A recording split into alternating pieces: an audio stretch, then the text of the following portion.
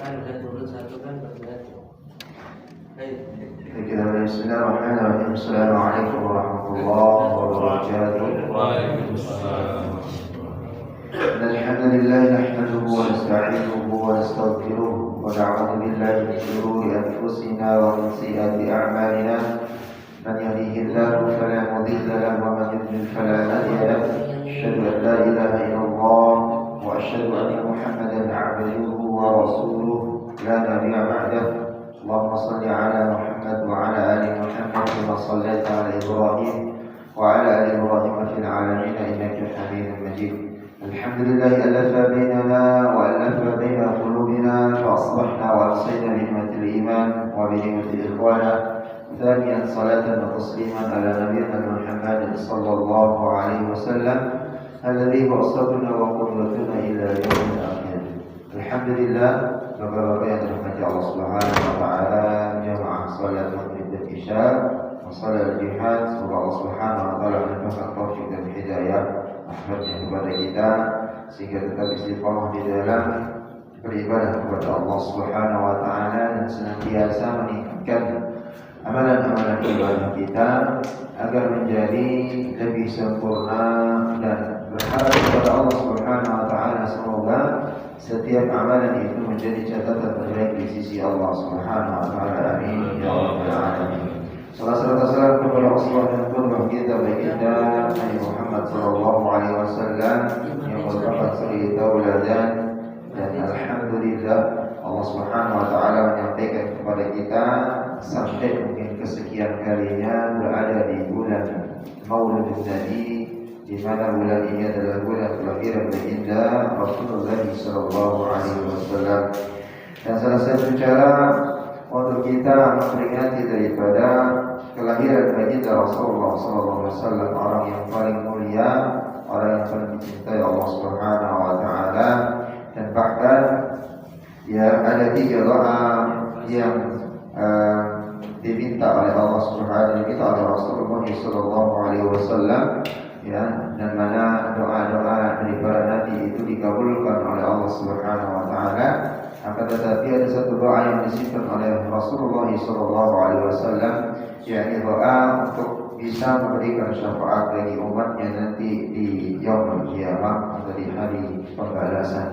Maka ini bentuk kecintaan baginda Rasulullah sallallahu alaihi wasallam kepada umatnya, dan sepatutnya dan seharusnya dan sewajarnya kita sebagai umatnya yang menjadi orang atau bagian daripada sekian yang banyak daripada kaum muslim yang tentunya yang mengimani daripada Allah Subhanahu wa taala, mengimani daripada rasul baginda Rasulullah sallallahu alaihi wasallam, dan tentunya cara menteladaninya adalah dengan menghidupkan sunnahnya, yang menjalankan perintah Allah Subhanahu wa taala sesuai dengan apa yang disampaikan oleh baginda Rasulullah, apa yang dicontohkan oleh Rasulullah sallallahu alaihi wasallam, dan begitu juga yang ditetapkan oleh beliau.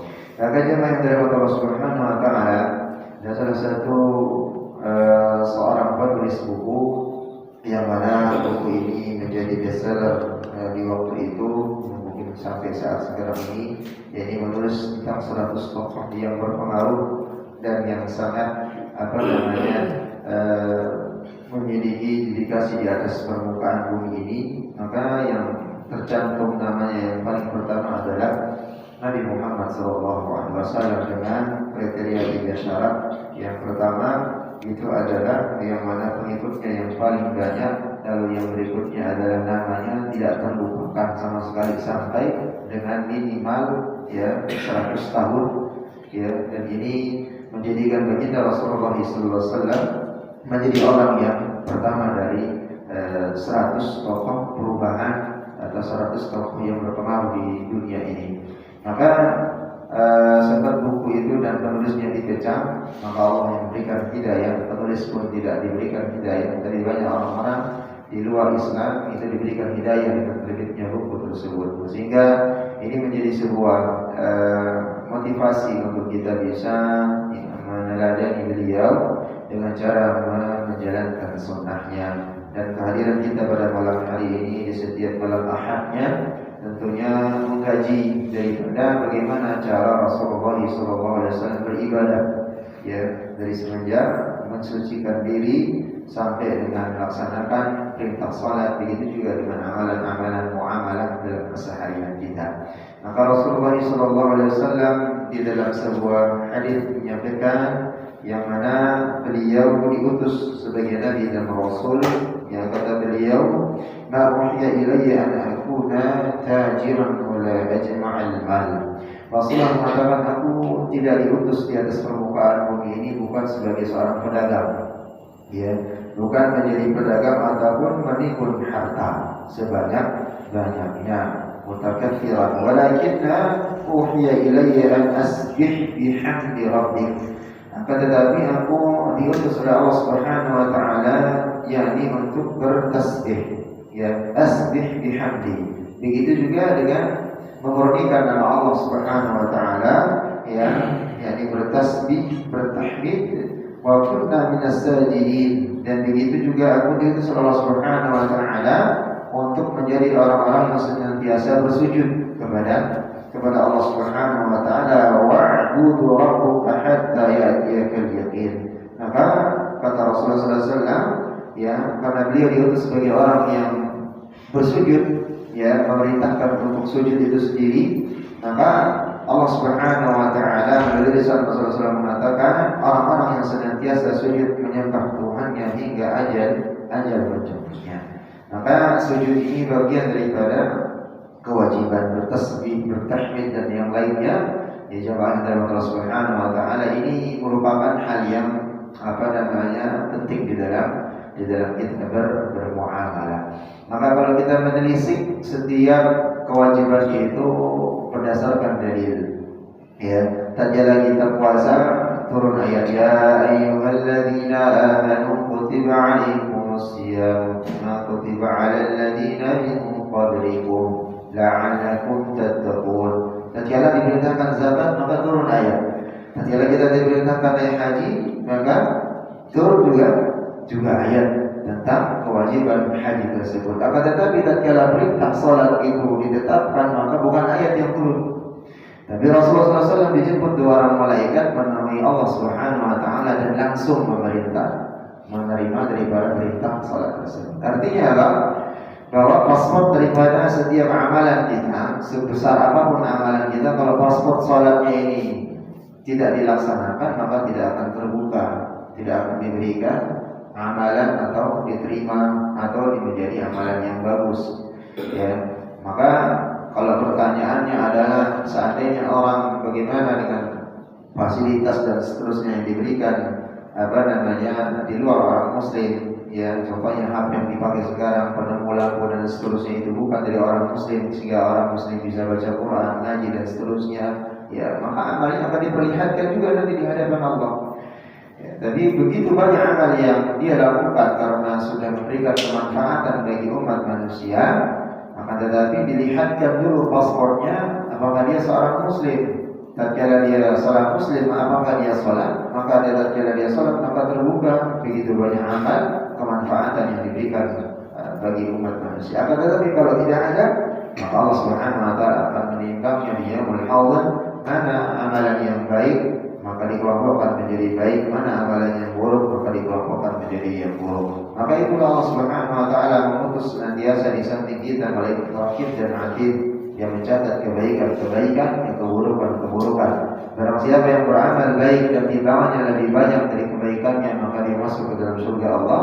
Maka barang siapa yang amalnya atau kejahatan dosanya itu lebih berat daripada amal jariyah kebaikan pahalanya, maka wa na'udzubillah dimasukkan ke dalam neraka Allah Subhanahu wa taala.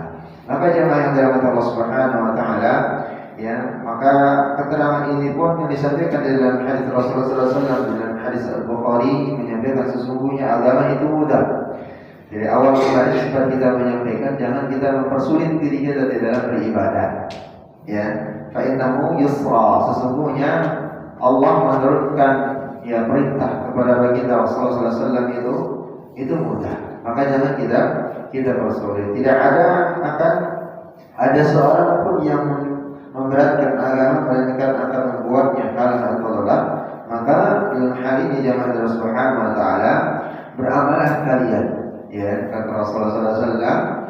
beramalah kalian dengan tepat, ya, lalu mendekatkanlah kebahagiaan dan mohon pertolongan di waktu pagi dan waktu sore harinya agar dimudahkan untuk mengatasi waktu dan dimudahkan dalam setiap beramal, dan dalam setiap beramal itu bisa istiqomah.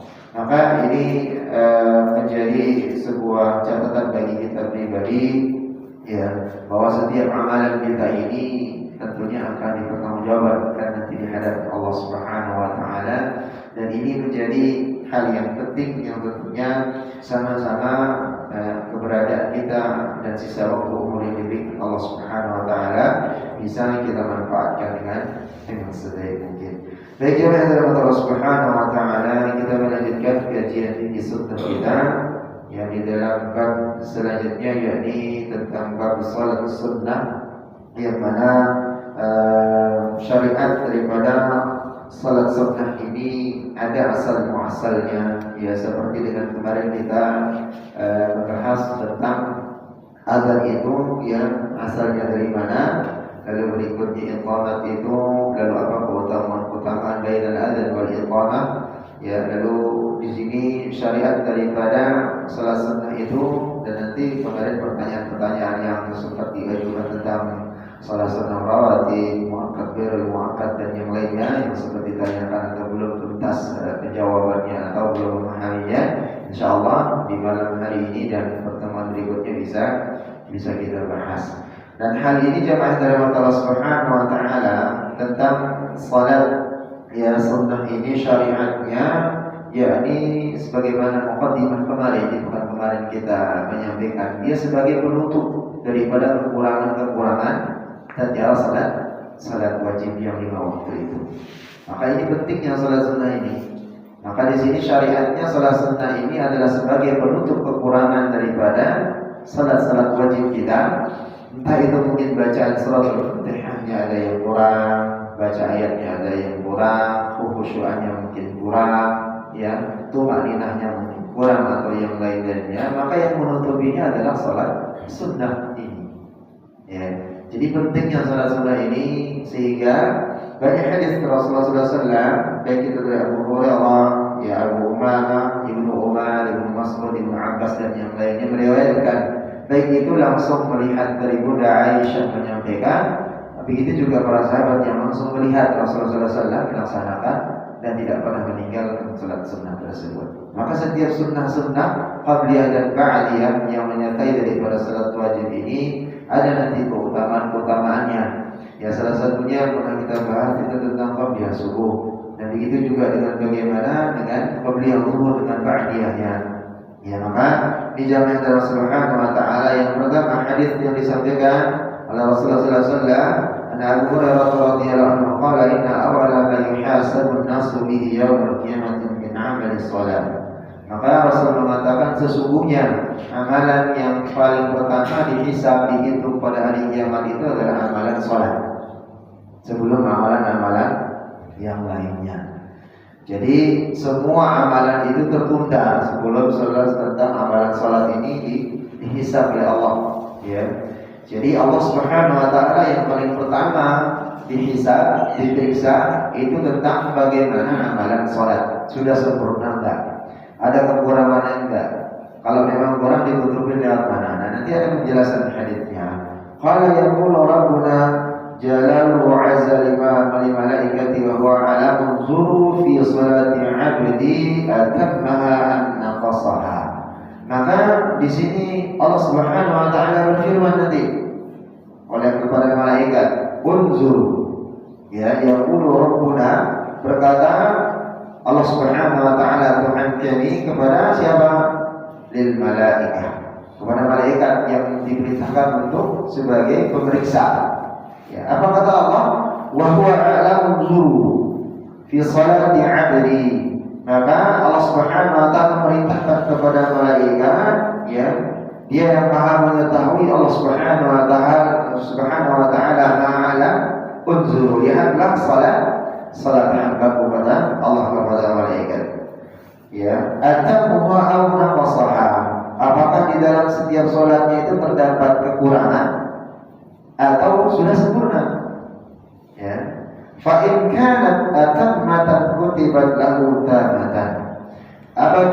sholat dari hamba itu sudah sempurna, maka akan ditulis nilainya sempurna. Ya, akan ditulis nilainya sempurna. Wa in kana intaqasa minha syai'an, apabila terdapat ada kekurangan di dalam sholat hamba kepada Allah, ini perintahkan langsung ke malaikat. Ini kesan sayangnya Allah kepada umat Nabi Muhammad. Jadi disuruh periksa sholatnya apakah sudah sempurna. Kalau sempurna, catat tangan. Kalau dia kurang, ya, maka apa kata Allah? Bukan ditulis kurang atau langsung masukkan ke dalam neraka, enggak. Kata Allah mengatakan, qala zuru hal li'abdi min tatawu'in. Maka wahai malaikat, seandainya di antara hambaku ini, umat Nabi Muhammad ini, kurang nilai sholatnya, sebentar dulu, lihat atau ambil pahala dari sholat sunnahnya. Apakah ada sholat sunnahnya? Hal li'abdi, apakah di hambaku ini min tatawu'in, apakah ada dia mempunyai pahala sholat sunnah? Fa in kana lahu tatawu'un, apabila dia mempunyai pahala salat sunnah, maka Allah mengatakan wa timmu li'abdi fardhatahu, maka sempurnakanlah salat yang kurang dari kewajibannya, dari diambil dari pahala salat sunnahnya. Itu kata Allah. Ini luar biasa. Ya, maaf. Nah, kalau kita di dunia, kalau sudah salah, kurang pengadilan, misalnya, katanya pengadilan itu adalah wakil Tuhan yang ada di bumi. Ya, dan kalau dia sudah kalah perkara, diketuk 2 kali sudah selesai. Nggak ada perkara yang mengatakan ini. Kalau menang banding, dapat duit lagi. Warga, ya, dari saksinya, dari pengacaranya, tempelan duitnya keluarga. Banding dan seterusnya, ujung-ujungnya juga tetap kalah kalau kata Tuhan. Tapi di pengadilan Allah tidak. Ya, Allah mengatakan kepada malaikat, tatkala hambaku sudah sempurna salatnya, maka catat dia sempurna. Tapi tatkala terjadi ada di sana di dalam salat yang 5 rukun kewajiban yang sudah diperintahkan kepada hambaku ini ada kekurangan, sebentar dulu periksa salat sunnahnya, kata Allah kepada malaikat. Seandainya ada salat sunnahnya, maka tutupi kekurangan dari salat wajibnya itu dengan salat sunnah. Maka di sini jamaah, fa in kana lahu tatawwu'an qala atimmu li'abdi fardhatahu min tatawwu'ihi thumma tu'khadhu al-a'malu 'ala dhalik. Maka dijelaskan kembali Rasulullah SAW, sempurnakan salat wajibnya dengan salat sunnahnya, kemudian semua amal perbuatannya juga dihisab seperti itu. Semua amal perbuatan kita juga akan sama hisabnya seperti dihisabnya salat. Kalau kira misalnya seandainya mohon maaf salat sunnahnya tidak ada, gimana? Lihat amalan infak sedekahnya. Apakah masih tetap terjaga keikhlasannya? Maka seandainya dia terjaga keikhlasannya, maka tutup kewajiban daripada salat wajibnya itu dari amalan sedekahnya. Minimal sedekahnya tatkala mengucapkan assalamualaikum, dan sedekahnya juga bagi saudaranya mengucapkan menjawab salam waalaikumsalam. Maka di sini jamaah Allah Subhanahu wa taala pentingnya daripada salat sunnah ini, bahwa dari setiap amalan kita memang mempunyai fadilah, mempunyai keutamaan, tidak bisa ditinggalkan begitu saja kelihatan. Maka di sini dari Abu Umamah radhiyallahu anhu qala Rasulullah sallallahu alaihi wasallam, ma adina Allah li'abdin, Allah tidak pernah mengizinkan, ya, mengizinkan apa? Kepada hambanya fi syai'in afdhala min raka'ataini, yakni seorang hamba melakukan sesuatu yang lebih utama dibandingkan salat sunnah 2 rakaat ini. Mana salat sunnah 2 rakaat itu? Yusallihima wa innal birra la yudhra 'ala ra'sil 'abdi ma dama fi salati. Maka Rasul mengatakan wa innal birra la yudhra 'ala ra'si, yakni Allah Subhanahu wa taala tidak mengizinkan seorang hamba melainkan, ya, melakukan sesuatu yang lebih utama dibandingkan dengan salat sunnah yang 2 rakaat ini. Dan kebajikan senantiasa ditaburkan di kepala seseorang ala ra'sil 'abdi ma dama fi salati, ya, setiap hamba itu ia berada dalam setiap mengerjakan salatnya.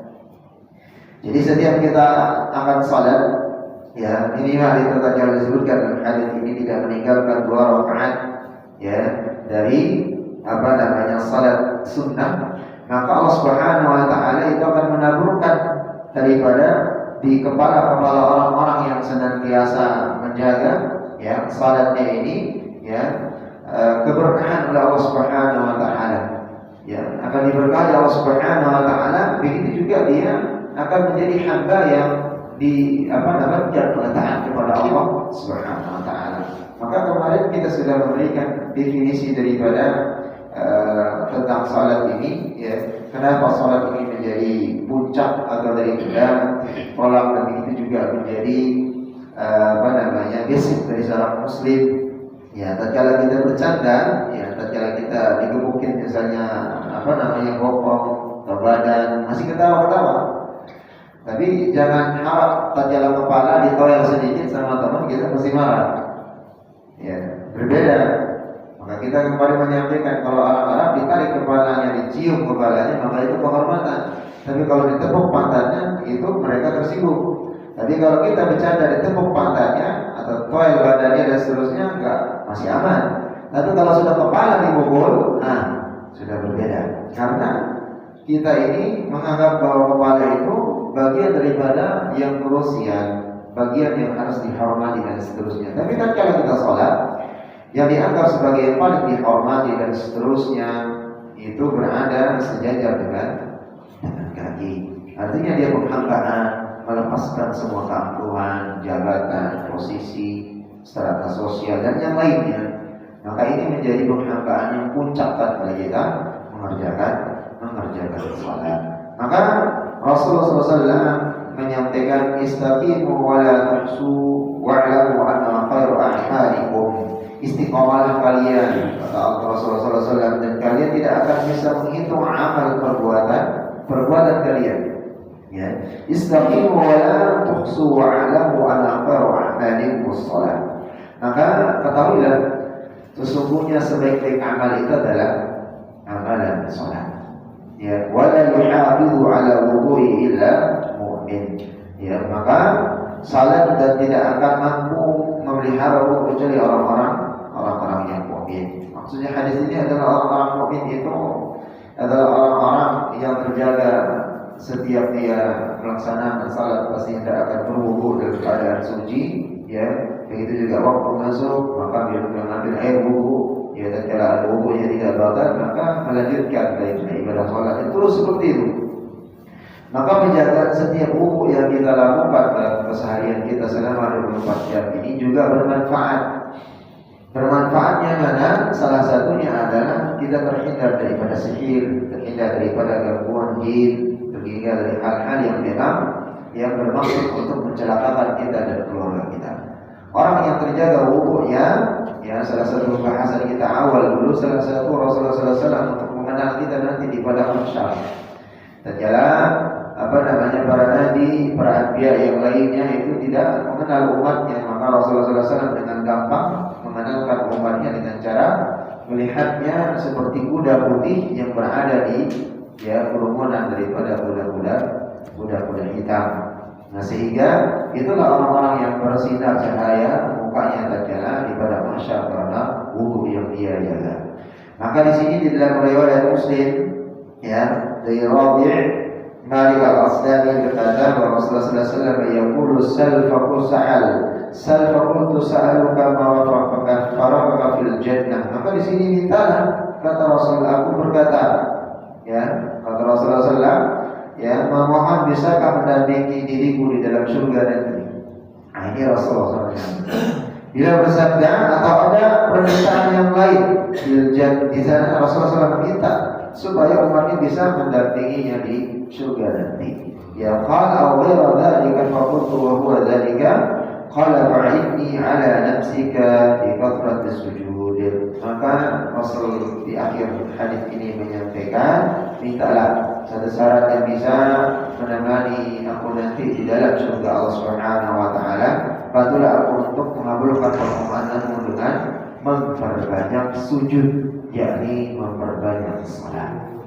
Maka jamaah yang dirahmati Allah Subhanahu wa taala, kembali lagi tentang salat ini masing-masing mempunyai dari pembahasan kita kemarin tentang salat yang 5 waktu itu merupakan keharusan yang aini, yang bukan dia sekedar wajib, akan tetapi kita sudah membahas perbedaan mana wajib, mana yang fardu ain, yang mana yang sunnah muakkadah, mana yang sunnah dan yang lain. Maka dia derajatnya bukan sekedar wajib, tapi dia adalah fardu ain, yang tidak ada satupun dalil yang membolehkan orang meninggalkan salat, kecuali syarat-syarat yang sudah disebutkan kemarin, yang hilang akalnya, ya, belum mumayyiz atau dia belum balik, ya, maka tatkala hilang akalnya, entah itu karena majnun gilanya, apakah karena dia koma ataupun yang lain, maka tidak ada kewajiban salat baginya. Selama dia masih sadar, ya, entah itu dia patah kakinya, ya, hatta misalnya dia dalam kondisi di ruangan IGD, ICU di rumah sakit, tapi masih mendengarkan orang dan masih mendengarkan azan, maka tetap kewajiban salat itu harus ditegakkan. Jadi tidak ada dalil yang menerangkan orang yang sakit itu, dan itu patah, ya, ataupun dia misalnya sakit karena demam tinggi dan seterusnya, tapi masih dia sadar berkomunikasi, maka tetap kewajiban salat itu ada melekat pada dirinya. Ya, jadi tetap menjadi kewajibannya. Kalau memang tidak mau sholat atau tidak mau dikenakan kewajiban sholat, maka siap-siap menjadi orang gila. Tapi gilanya harus benar-benar gila, bukan sengaja gila. Ya, harus benar-benar gila akal sehatnya. Maka boleh dia meninggalkan sholat. Ya, maka tidak ada rukhsah, tidak ada keringanan orang untuk meninggalkan sholat. Adapun orang-orang rukhsah yang dimaksud di sini adalah perjalanan adzan awal qasar, ya, tatkala dia tidak ada air, maka boleh bertayamum dan seterusnya.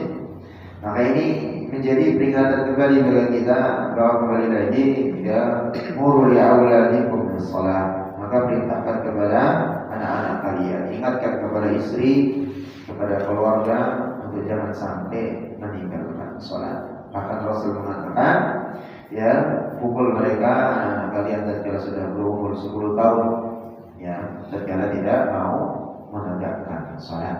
Ya, jadi pentingnya sholat ini menjadi sebuah hal yang prinsip harus ditanamkan di dalam kehidupan berkeluarga.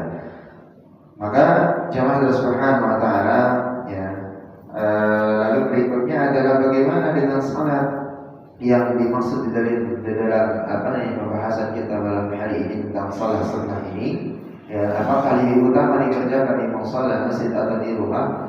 Maka pembahasan yang pertama mengerjakan salat sunnah itu, ya, dari kaul para ulama, begitu juga dalam penjelasan hadis Rasulullah, yaitu lebih utama dikerjakan di rumah. Fadilahnya apa? Salah satunya supaya menjadikan rumah kita itu diturunkan keberkahan oleh Allah Subhanahu wa taala.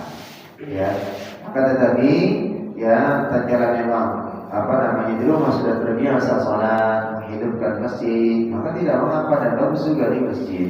Maka tetapi kembali lagi, ya, fadilahnya kenapa di sini juga di dalam disunnahkan itu di rumah, hukumnya sunnah bukan wajib, ya. Kembali lagi disunnahkan.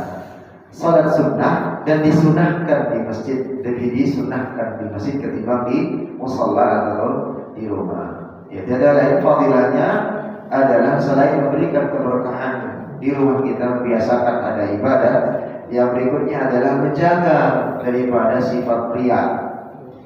Ya, menjaga diri kita dari sifat riya. Terkadang kita sholat, ya, qabliyah atau ba'diyah, ya, selesai sholat, yang tadinya misalnya di hati kayaknya buru-buru, ya, karena nggak enak, kelihatan kayaknya nyeplos, kayaknya nggak enak banget nih, keluar duluan, udah sholat aja, jadi riya, malah menjadi tidak bernilai di sisi Allah Subhanahu wa taala. Tapi tatkala kita di rumah tidak ada yang melihat, ya, terkadang kita menjadi malas. Ya, nah, bagaimana supaya kita terbiasa? Nah, ini yang dibiasakan.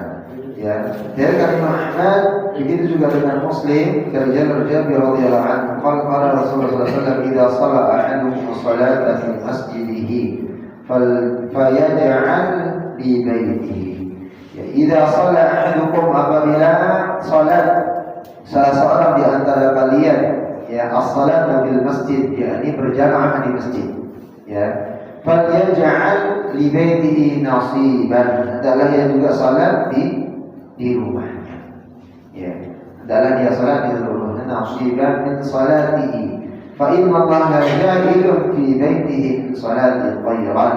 Karena Allah Subhanahu wa taala ya, dengan salat itu Allah menjadikan kebaikan dan keberkahan atas rumahnya. Ya.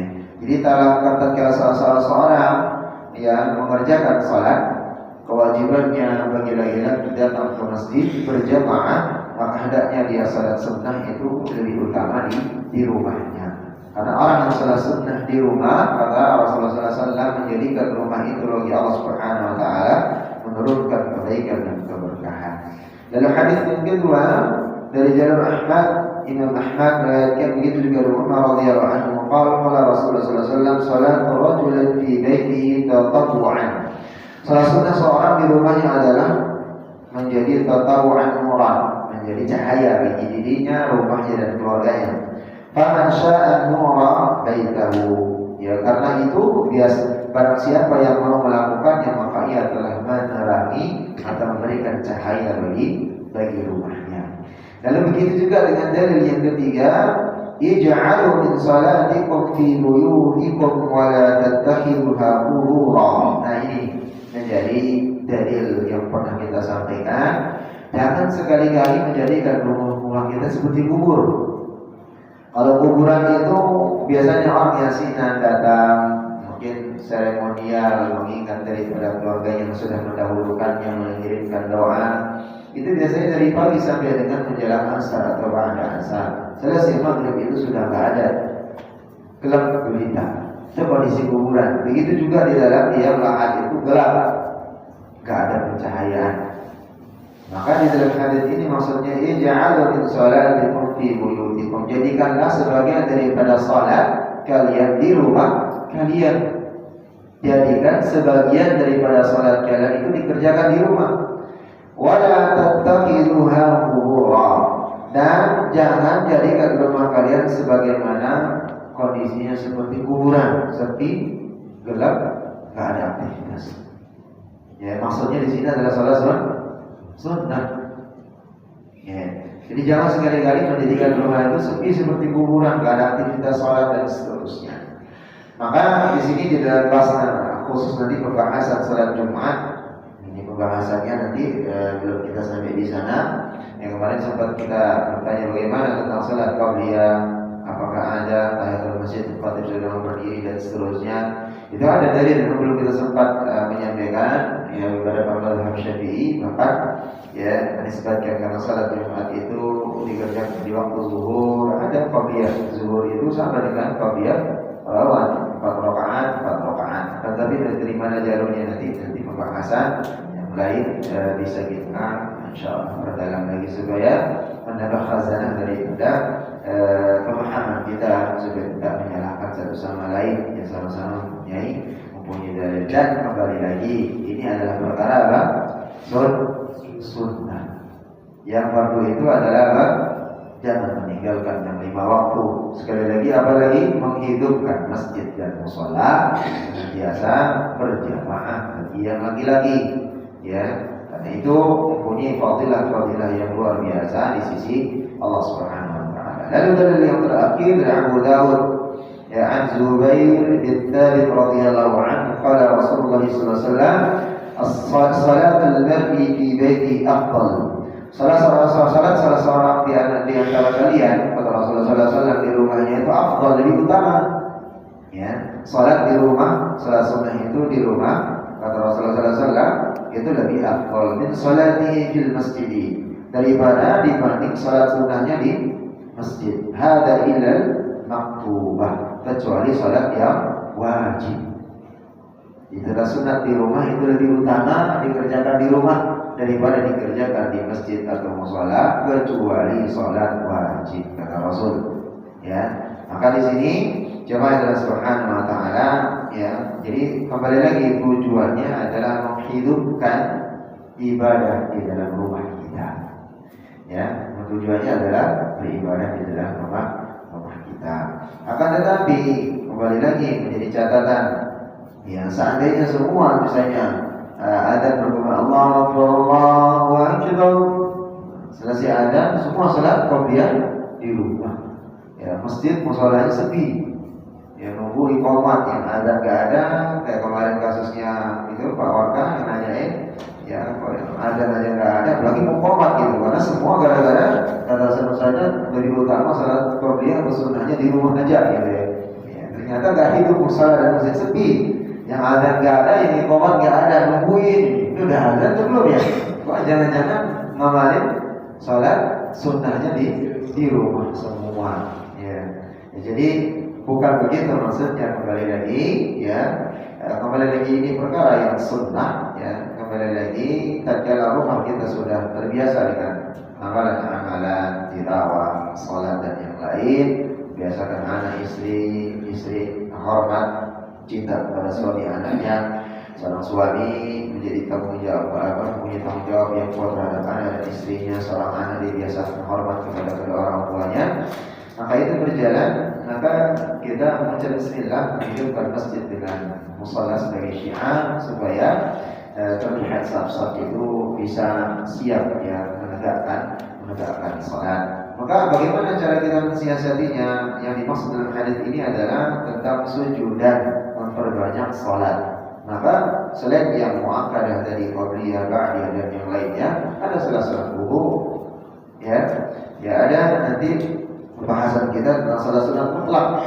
Salat mutlak ini tidak ada rakaatnya, dan bahkan tatkala takbir Allahu Akbar, tampaknya nanti selesai ini, itu kita ingat mengajarkan beberapa rakaat. Ya, rakaat pertama, ya, kembali lagi selesai rakaat pertama, tambah rakaatnya 2 lagi, tambah lagi, sampai 100, tambah 1000 pun enggak.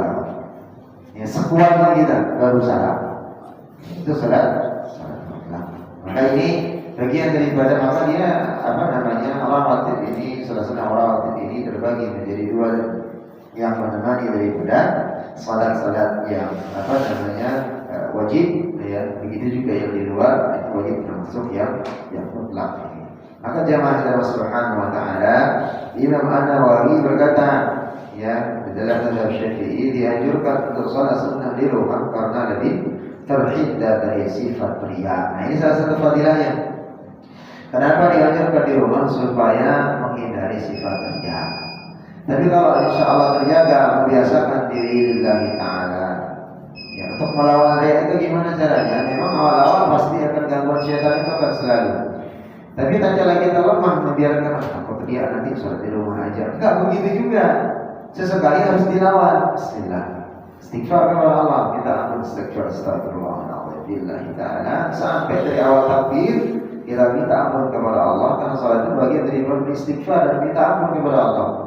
Biasakan itu lama-lama juga akan terbiasa, ringan dan enggak berat. Gitu ya. Yang menjadi masalah sekarang apa? Ya. Nah, nanti bahasan kita Rasulullah SAW itu salah sunnah itu yang sangat cepat, dalam artian tidak memperpanjang berdirinya. Ya, jadi tidak memperpanjang berdirinya. Tapi ada orang yang sholat yang 5 waktu dia cepat, tatkala sholat sunnah karena dilihat oleh orang yang di masjid mushola itu lebih panjang sholatnya dia baca, supaya kelihatan khusyuk, kelihatan menjadi orang yang sholat. Nah, ini yang salah. Nah, ini yang dihindari. Ini yang jangan sampai terjadi. Maka jangan Allah Subhanahu wa taala intinya bahwa Imam An-Nawawi mengatakan supaya terhindar dari sifat riya. Begitu juga lebih terjaga dari hal-hal yang menghanguskan pahala amal kebaikan. Selain itu juga ditujukan agar rumah dipenuhi dengan keberkahan, rahmat dan para malaikat serta dijauhi daripada gangguan syaitan.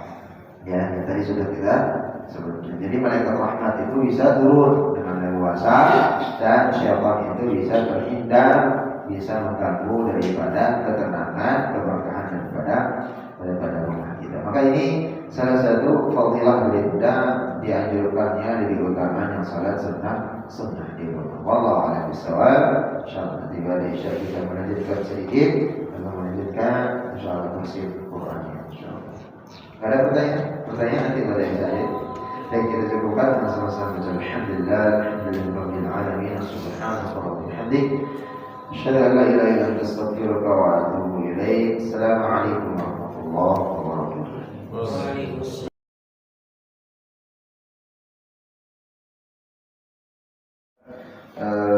Penyempurnaan daripada salat yang kita yang 5 waktu, yakni dengan adanya salat yang menemaninya, yakni salat sunnah rawatib, yang mana dari setiap salat itu membutuhkan daripada kesempurnaan. Dan dari hadis-hadis yang kita bacakan tadi bahwa salat adalah paling pertama amal yang dihisab oleh Allah Subhanahu wa taala, dan begitu juga dengan bagaimana keutamaan daripada salat sunnah itu sendiri, yang mana dia sebagai pelengkap, penyempurna atau penutup bagian-bagian yang tidak sempurna dari salat wajib kita. Lalu berikutnya Rasulullah SAW menyampaikan dari beberapa hadis yang tadi kita sampaikan bahwa ternyata yang salat sunnah itu lebih disunnahkan atau diutamakan dikerjakan di rumah, karena tujuannya dan fadilahnya adalah agar supaya menghindarkan daripada keriaan. Lalu berikutnya membiasakan menurunkan rahmat, menurunkan keberkahan di dalam rumah tersebut, dan tidak menjadi rumah itu sebagai tempat sarangnya syaitan atau seperti kuburan. Alhamdulillah. Maka jemaah Allah Subhanahu wa taala, keutamaan daripada setiap salat yang menemani daripada salat wajib ini, tentunya mari sama-sama kita membiasakan dengan konteks bahwa senantiasa dengan keikhlasan, senantiasa menjaga setiap amal kita, yaitu lillahi ta'ala, karena Allah Subhanahu wa taala, karena setiap apa yang kita lakukan itu mempunyai pertanggungjawaban, mempunyai daripada timbal baliknya kembali kepada kita. Baik, Allah Subhanahu wa taala, dari karena ketua DKM bisikin karena ada acara khusus malam ini katanya, jadi kita mempersingkat kajian kita mungkin membuka tahsin langsung. Ada pertanyaan dulu? Sebelum ini pertanyaan satu dulu, kedua. Mana? Lupa ya ditanyain. Apa kebayang-bayang makan kayaknya? Bayang-bayang katanya tadi Pak Polisi bilang sate, kayaknya sate. Assalamualaikum Pak Ustaz. Ya, masalah. Kalau surat qabliyah itu harus menunggu selesai itu dulu aja ya Pak. Selesai azan. Jadi itu itu pertanyaannya itu aja. Iya. Enggak ada yang lain. Kan aja biar Ya, asal muasalah segala dari bahasa dengan istilahan. Qabliyah berarti belum. Qabl wa ba'di. Ba'd itu artinya setelah. Jadi pekerjaan yang dikerjakan setelah. Kalau qabli qabla tulu'i syamsi atau ghurubiha dan sebagainya. Jadi ada penjelasan tentang qabliyah atau qabl ini, berarti dia dikerjakan sebelum melaksanakan mendirikan salat. Tentang waktunya, berarti kan waktunya ini adalah tatkala azan selesai dikumandangkan baru menjadi qabliyah. Nah, sedangkan ada salat-salat yang menemaninya tahiyat masjid, salat wudu dan seterusnya, yaitu diikat dengan waktu dan tempat. Tentang salat masjid tersebut. Kalau wudu itu di mana saja, kapan saja itu bebas gitu. Nah, jadi qabliyah ini tentunya dikerjakan memang sebelum salat yang wajib itu atau yang lima itu, insyaallah. Seperti itu. Ada yang lain? Pak Taufik, biasanya pertanyaannya banyak. Banyak banget kan. Salat ngantuk mulu Pak Taufik. Dan perlu olahraga. Kayaknya masih kita belum pernah jalan-jalan olahraga ke mana gitu. Ke Ciwidey atau jalan kaki gitu kan dari sini. salat sebelum salat qabliyah, salat sunnah sebaiknya dilaksanakan di rumah. Lalu salat-salat yang tadi misalnya salat tahiyatul masjid, salat sebelum subuh itu berarti memang dilaksanakan di Kalau tahiyatul masjid jelas harus sebelum di masjid. Kalau sholat sebelum sunnah sebelum apa? Subuh? Pertanyaan masalah fikih kayaknya susah nanya. Tapi kalau masalah poligami ini cepat ya. Gimana sholat sebelum subuh atau gimana ya? Tadi kan sholat terbaik, sholat sunnah itu diadakan di rumah. Disunahkan. Nah ini kan kata disunahkan. Selain yang sholat yang di Ya, jadi semua sholat Mengikat waktu tadi. itu lebih diutamakan disunahkan dikerjakan di rumah. Ya, di rumah supaya mengingatkan atau menjadikan rumah itu menunjukkan saja. Tapi kalau kondisinya mau sholatnya sepi, nggak ada yang saling nungguan, maka kembali utamanya di musola dan masjid supaya menjadi syiar juga. Ya, cukup di rumah itu apa? Sholat sunat wudu bisa, tahajud bisa, sholat mutlak bisa, atau sholat yang lainnya bisa. Seperti itu menghidupkan. Qobliyahnya tetap di musola dan masjid dengan tujuan syiar, gitu ya. Jadi jangan sebatas begitu saja. Jadi sholat yang lain memang itu diutamakan di rumah yang sunnah. Seperti itu, tapi insyaallah ya. Baik, kita tasin sedikit Pak ya. Paling 5 menit 10 menit lah ya, supaya nggak terlalu dingin makanannya tadi. Jadi kalau ada yang nggak dingin bawa agak enak. Kalau dingin, enaknya enak banget. Kalau taksi besok aja Baik. Ya, kita lihat yang biasa dibaca ini. Kita kalau baru di juz 30 sedikit kita melebar sedikit aja karena ada singkat waktunya di awal suratul Baqarah. Nah ini sering terjadi kesalahan wakaf imam atau orang yang baca di setiap dia sholat. Kalau ayat perlima pertama aman lah ya, dari ayat sampai dengan umul muflihun. Nah lanjutannya ini yang sering terjadi kekeliruan wakaf dan tidak. Nah ini yang perlu ya. Jadi tatkala kita melihat di ayat yang ke-7, ayat yang ke-8, lalu berikutnya juga ayat yang ke-9, nah itu kan untuk atas sama dengan ayat ke-13, ya, 14-nya. Nah, jadi nanti di mana wakafnya itu perlu yang bisa dipelajari supaya bisa baik insyaallah. Baik, saya terangkan, kita cek di ayat ke-6 dulu. Ya, lihat innal ladzina kafaru sawa'un 'alaihim ain jadi hamzah. Hati-hati. Sawa'un 'a bukan sawa'un a. Kalau sawa'un a ainnya berubah menjadi hamzah. Sekarang sering wakaf ini. Contoh ujung-ujung dari depan dari surat kenal. Innal ladzina kafaru sawa'un 'alaihim a'anzartahum am lam tunzirhum la yu'minun. Misalnya namanya nggak nyampe, ya, karena sebenarnya namanya nyampe tapi dia kokoh gitu. Wakafnya biasa di mana? Innal ladzina kafaru sawa'un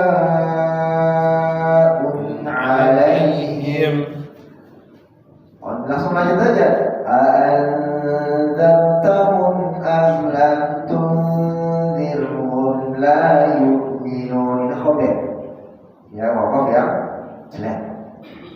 Wakafnya seharusnya di mana? Kalau memang nafasnya nggak nyampe, wakafnya di a'anzartahum, baru mulainya dari a'anzartahum. Contohnya innal ladzina kafaru sawa'un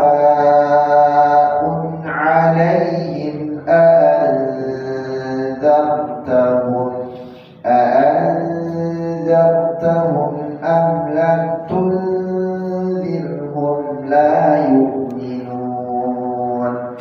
Khatamullah. Bedakan bacaan khatamullah, itu yang benar. Beda dengan bacaan khatamullah ala Allah enggak ada. Allah binnya fathah, bukan jadi o. Khatamullah ala, ya. Yang tepat khatamullah bin fathah. jalalah, lamnya jadi tebal. Khatamallahu ala qulubihim wa ala sam'ihim. Ada tanda wakaf di sana? Ada Quadlan. Sali atau qalli? Qalli. Nah, di topik sali. Yang dianggap berapa? Ustaz? Sali. Qalli. Tiba ini? Sali. Ya. Antum? Sad dengan lam. Wasalla. Lalu berikutnya wa ala absarihim ghishawah. Ada tanda wakaf? Apa? Sali atau qalli? Ada? Enggak ada. Coba sampai tadi enggak ada. Ada cetakan lokal. Enggak ada. Ya, sorry. Jadi kalau dicetakan di Timur Tengah itu ada dua yang dia. Tapi kalau di Indonesia, ya di sana yang pertama qalli, yang di khatam apa ghishawah itu tidak ada. Maka memang kalau sudah ada dua bentuk seperti ini, itu lebih utama memang boleh mewakaf pertama, yang keduanya diwasal, gitu ya. Atau memilih yang kedua, yang pertama diwasal, wakafnya di yang kedua, gitu ya. Nah, jadi tinggal pilih saja sama-sama, apa namanya, boleh. Atau wakaf dua-duanya juga boleh, ya. Khatamallahu ala qulubihim wa ala sam'ihim wa ala absarihim ghishawah wa lahum 'adzabun 'adzim. Atau wa ala absarihim ghishawatun wa lahum 'adzabun 'adzim. Yang rawannya walahum 'adzabun 'adzim berubah menjadi walahum 'adzabun 'adzim, hamzah semuanya. Ya. Lalu berikutnya wa minan idgham nun ila nun tasydid. Jangan dibaca wa minan itu nanti sudah iya mad tabi'i. Ya, di sini apa pembacanya wa minan? Apa pembacanya? Atau ini? Gunnah. Wa minan. Sebelum gunnah musyaddadah. Idgham. Sebelum gunnah musyaddadah apa pembacanya? Idgham. Apa? Apa baca Pak? Waminan. Alif lam syamsiyah. Baru ada gunakan musyaddadah. Waminan. Jadi jangan dipanjangkan dulu ya. Waminan. Kita akan memanjangkan dengan menahan ya. Di sana ditahan nunnya yang kedua. Tapi nun pertama jangan ikut panjang. Waminan. Nah, baru keduanya dipanjangkan dua harokat, tahan panjang. Wa minan nasi man yaqulu amanna billahi wa bil yawmil akhir. Kalau memang nafasnya enggak nyampe. Tapi kalau kebiasaannya nafasnya nyampe, jangan waqaf, karena di sini tidak ada tanda waqaf. Gitu ya? Sekali lagi bedakan, kalau nafas kita biasa nyampe, jangan sengaja diwakaf. Tapi kalau memang lagi kesana kecelibat gitu kan, nah mencari tanda wakafnya atau tempat wakafnya yang tepat dan memulainya yang tepat. Nah di sini sering terjadi orang wakaf minal akhir. Ya lebih hasannya, lebih bagus dia disambung sampai ayat terakhirnya, ya ayat terakhirnya. Wal الناس من يقول آمنا بالله وباليوم الآخر وما هم بمؤمنين. يخادعون الله والذين آمنوا وما يخدعون. Nah, sering kita dengar orang ngomong di sini. Terus belajar dari mana? Wa ma yakhda'un. Ini wakaf qabih di sini. Ya, ahsannya itu tetap bisa sambung. Yukhadi'una Allah walladzina amanu wa ma yakhda'una illa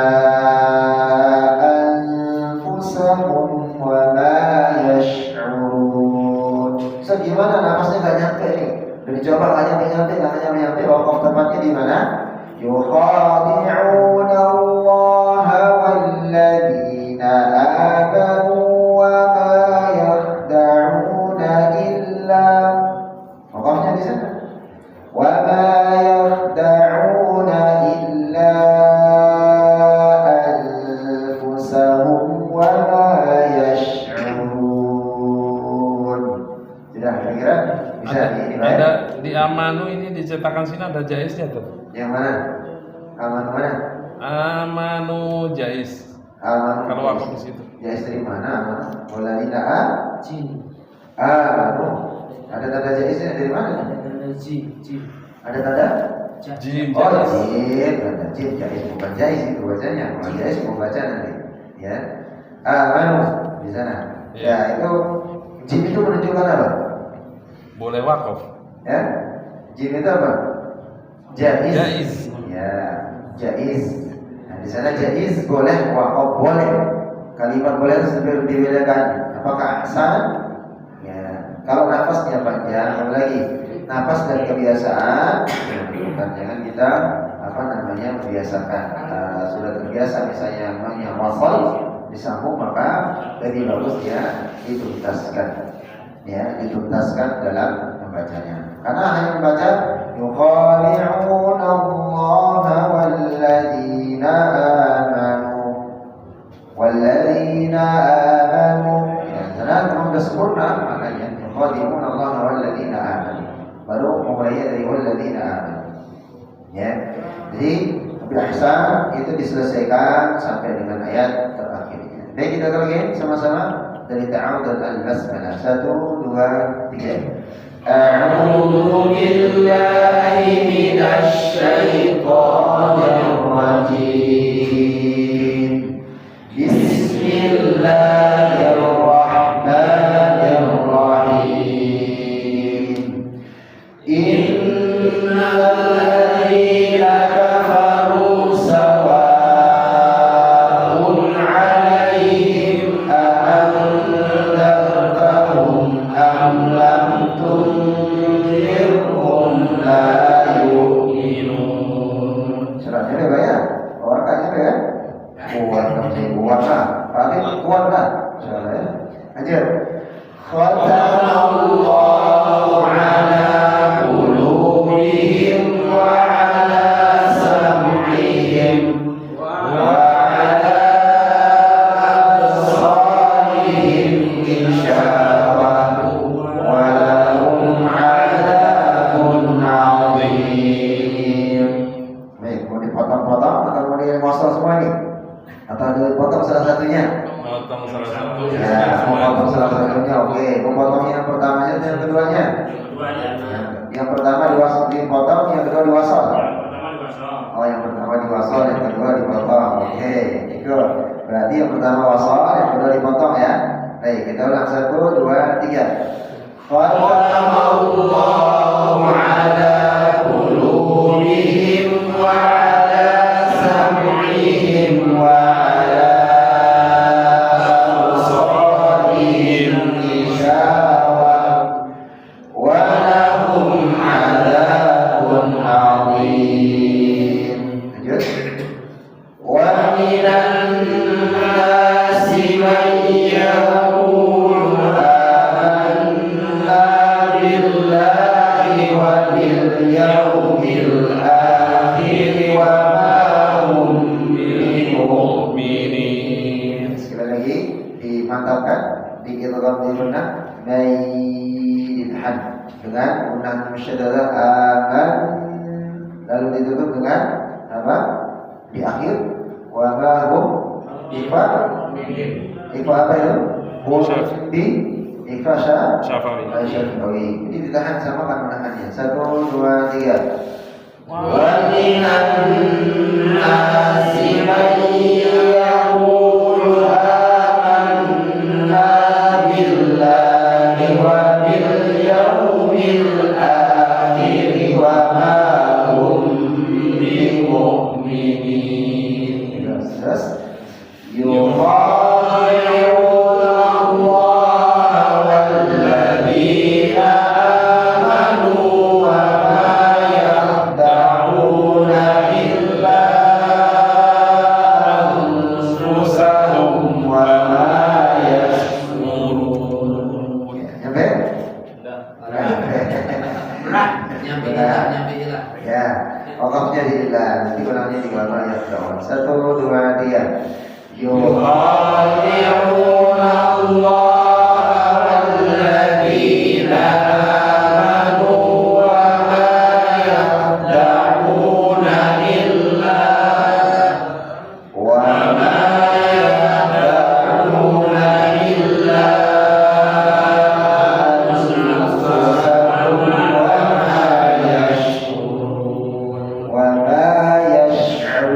وما يشعرون. Hati-hati ainnya, jangan sampai menjadi hamzah. Ya, kita ulang dari wa ma yahda'un sekali lagi. 1, 2, 3. Wa ma yahda'una illa anfusahum wa ma yash'urun. Terus lanjut. Fi qulubihim maradun fazadahum Allahu maradan wa lahum adabun alimun bima kanu yaksibun. Ya, sabar menahan. Ya, wa lahum adabun alimun bima kanu yakdzibun. Ulang, walahum adabun alimun bima kanu yakdzibun. Ya, ditambah lahan Arabnya sedikit. Walahum adabun alimun walahum adabun walahum adabun alimun bima. Sekali lagi. 1, 2, 3. Walahum adabun alimun bima kanu yaksibun. Yaksibun, yakzi. Jangan jadi sip. Yakzi. Nah, yakzi bukan yakzi, bukan yaksi. Yakzi. Ada ujung lidah bertemu dengan gusi atas. Ada ini wudhu. Di atas lebih dekat ke gusi atas. Coba sama-sama. Ada ini wudhu. Ada muadzin. Dzalika. Kadzalika.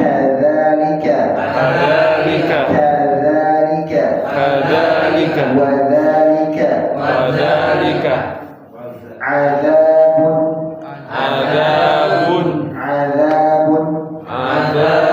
Baik, coba diulang sekali lagi dari fi qulubihim.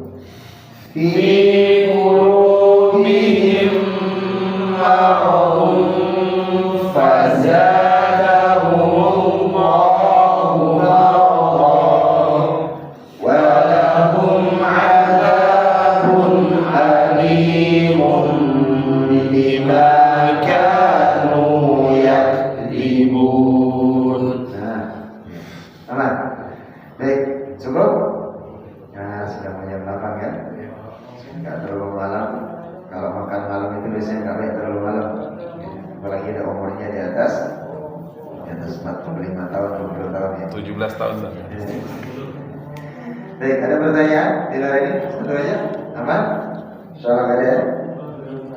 Ya, kita cukupkan sama-sama baca alhamdulillah. Alhamdulillahirrahmanirrahim. Subhanallah. Salli ala Muhammad wa ala ali Muhammad. Kama sallaita ala Ibrahim wa ala ali Ibrahim fil alamin innaka Hamidum Majid. Allahumma ighfir lana dhunubana. Allahumma ighfir lana dhunubana. Allahumma ighfir lana dhunubana wa dhunuba walidina. Warhamhum kama rabbawna shighara. Warhamhum kama rabbawna shighara ya arhamar rahimin. Yarhamhum ya arhamar rahimin. Allahumma ighfir lil muslimin wal muslimat wal mu'minin wal mu'minat al ahya'i minhum wal amwat wa ya qadi al hajat. Allahumma taqabbal du'aana. Allahumma taqabbal min kulli a'malina min 'amalin salih. Allahumma taqabbal tilawatana min tilawatil Qur'an. Allahumma taqabbal salatana wa siyamana wa qiyamana wa ruku'ana wa sujudana wa tadarru'ana ya dzal jalali wal ikram. Ya muqallibal qulub sabbit qulubana 'ala dinik. Ya hayyu ya qayyum bi rahmatika nastaghith. Ya hayyu ya qayyum bi rahmatika nastaghith. Allahumma rabban nas اشفنا وأنت شافي اشفنا وأنت شافي من كل المريض اشفنا وأنت شافعنا شفاء إلا شفاء لا يغادر سقما يا حي يا قيوم برحمتك نستغيث ربنا ظلمنا أنفسنا وإن لم تغفر لنا وترحمنا لنكونن من الخاسرين ربنا آتنا في الدنيا حسنة وفي الآخرة حسنة وقنا عذاب النار والحمد لله رب العالمين سبحانك اللهم وبحمدك أشهد أن لا إله إلا أنت أستغفرك وأتوب إليك السلام عليكم ورحمة الله وبركاته